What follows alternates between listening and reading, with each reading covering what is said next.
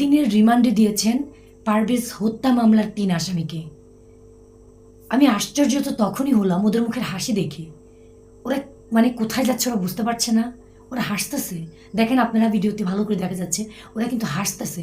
ওর মুখের মধ্যে ওর হাসিটা দেখেন একদম অটুট রয়ে গেছে।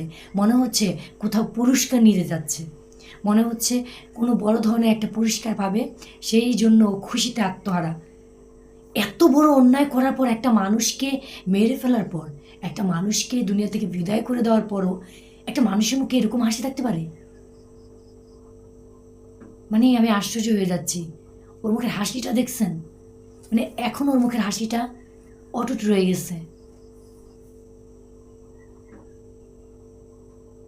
দ্বিতীয় বর্ষের একটা ছাত্র জাহিদুল ইসলাম পারভেজ, সে পিতামাতার একমাত্র সন্তান। তার বুকে হৃদপিণ্ডের মধ্যে ছুরি মেরে তাকে হত্যা করা, এবং এই বিষয়ে একটি হত্যা মামলা হয় বনানী থানায়। এই মামলায় তদন্তকারী কর্মকর্তা 3 জনকে গ্রেফতার করেন। যে 3 জনকে গ্রেফতার করেন তার মধ্যে একজন হলো আলাবি এবং আল কামাল আলামি। এই 3 জনে কেউই কিন্তু ওই বিশ্ববিদ্যালয়ের ছাত্র না, কিন্তু 3 জনকে এই সিসিটিভিতে এবং বিভিন্ন তদন্তকারী কর্মকর্তা বিভিন্ন ডিভাইস এবং কনভারসেশনে তাদেরকে পাওয়া যায়। এই মামলার যে মূল আসামি মাহাতি এবং মেহরাজ এবং পিয়াস, এদের সঙ্গে এরা বনানী বিদ্যানিকেতন হাই স্কুলে লেখাপড়া করত, কিন্তু এদেরকে পরবর্তীতে এদেরকে ডেকে নিয়ে আসা হয় এবং আরো অনেককে এইভাবে ডেকে নিয়ে আসা হয়। কিন্তু আমরা যেভাবে দেখেছি যে ঘটনাটা একটা হাসি নিয়ে বা একটা সিঙ্গারা নিয়ে এটা তুচ্ছ ঘটনা, আমরা এটা তাদের আজকের যে অ্যারেঞ্জমেন্টটা দেখলাম যে হত্যা করার জন্য তাকে যেভাবে প্রি প্ল্যান করা হয়েছে, যে দেখছেন যে একটা